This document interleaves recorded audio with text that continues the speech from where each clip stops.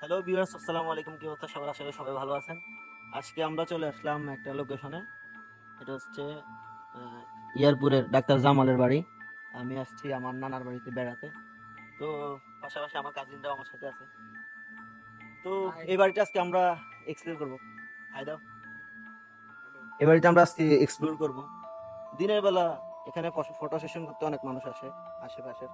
তো জায়গাটা সুন্দর হলেও খুবই মনোরম পরিবেশ, কিন্তু রাতের বেলা এর পরিস্থিতি হয়ে যায় ঠিকই তার বিপরীত।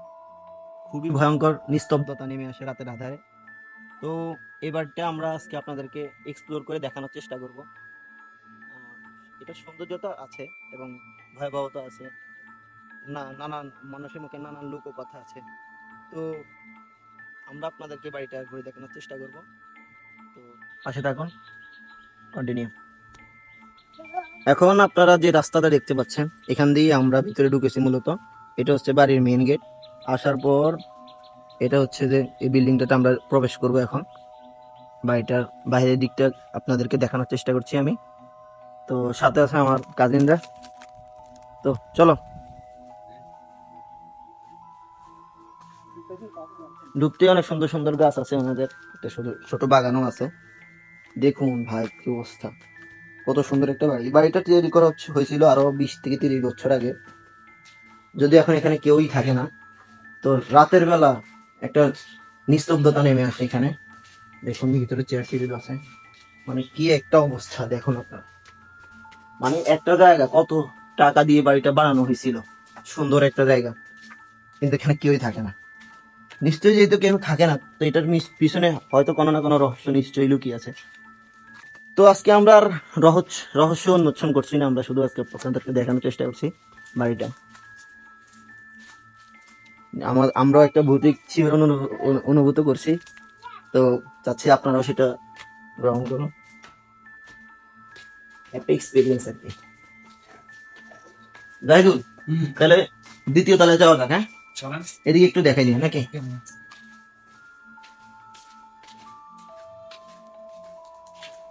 দেখুন কিরকম জংলা পড়ে গেছে, কেউ থাকেই না।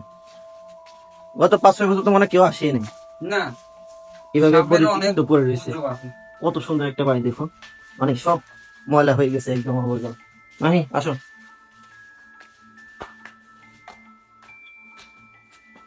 অনেক টাকা দিয়ে বানাইছে বাড়িটা না?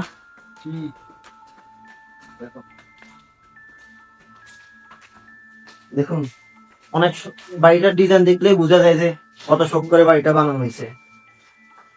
সেটাও দেখানোর চেষ্টা করবো। তাদের এখানে মেশিন টেশিনও আছে। মানে একটা রয়্যাল বাড়িতে থাকতে যা যা প্রয়োজন সবই কিন্তু এখানে করা হয়েছিল, কিন্তু কেন তারা বাড়িটা ছেড়ে দিয়েছে তা সম্পর্কে আমরা অবগত নই। তো শুধু আমরা আপনাদেরকে বাড়িটা ঘুরে দেখানোর চেষ্টা করছি। এটা হচ্ছে বাড়ির 2য় তলা। এখানে পাশাপাশি রুম আছে। এটা একটা প্রশাসনিক ভবনের মতো করে বানানো হয়েছে বাড়িটা। দেখুন, মানে অনেক বছর মনে হয় এখানে কেউ হাঁটাচলা করেনি, এই অবস্থা এভাবে রেখে চলে গিয়েছে। নিশ্চয়ই কিছু না কিছু তো হয়েছে, যদিও এই বিষয়ে আমরা কিছু অবগত নই। দেখুন, আমরা আপনাদেরকে ঘুরে দেখানোর চেষ্টা করছি। মাকড়সার বাসা হয়ে গেছে, কি পরিমাণ গাছ গছরা বা জন্মাইছে এখানে আপনারা দেখতে পাচ্ছেন। ময়লা জমে গেছে ওটা কি। আসো, দেখুন, মনে হচ্ছে এমন মনে হচ্ছে যে হঠাৎ কিছু, দেখুন, মনে হচ্ছে হঠাৎ কিছু একটা হয়েছে। দেখুন, আপনার এই রুমটাই দেখুন, কত সুন্দর একটা সাজানো গোছানো রুম। অথচ অথচ মনে হচ্ছে এখানে অনেকদিন ধরে কেউ থাকেই না, বাইরে থেকে এটাই মনে হয়। তারপর ভিতরেও দেখুন, মনে হচ্ছে যে কন্টিনিউলি কেউ এখানে থাকতো আর হঠাৎ করেই তারা বাড়িটা ছেড়ে দিয়ে চলে যায়। মানে একটা রহস্যের মতো। মানে কি এমন ঘটলো যে তারা হঠাৎ করে এত সুন্দর বাড়ি, নিজের বাড়ি রেখে এভাবে চলে গেল, তার সম্পর্কে আমরা অবগত নই। এখানে ভিউ গুলো অনেক সুন্দর আসে, আমরা আপনাদেরকে দেখানোর চেষ্টা করবো। এখন আমরা চলে আসছি 2 তলা রেখে বাড়িটা 3 নং তলায়, মানে ছাদে। একটা প্রশাসনিক ভবনের মতো করে বানানো হয়েছিল ওই বাড়িটা, আলিশান রাজকীয় ভাবে। পাশে আছে শিবপুর উচ্চ বিদ্যালয়।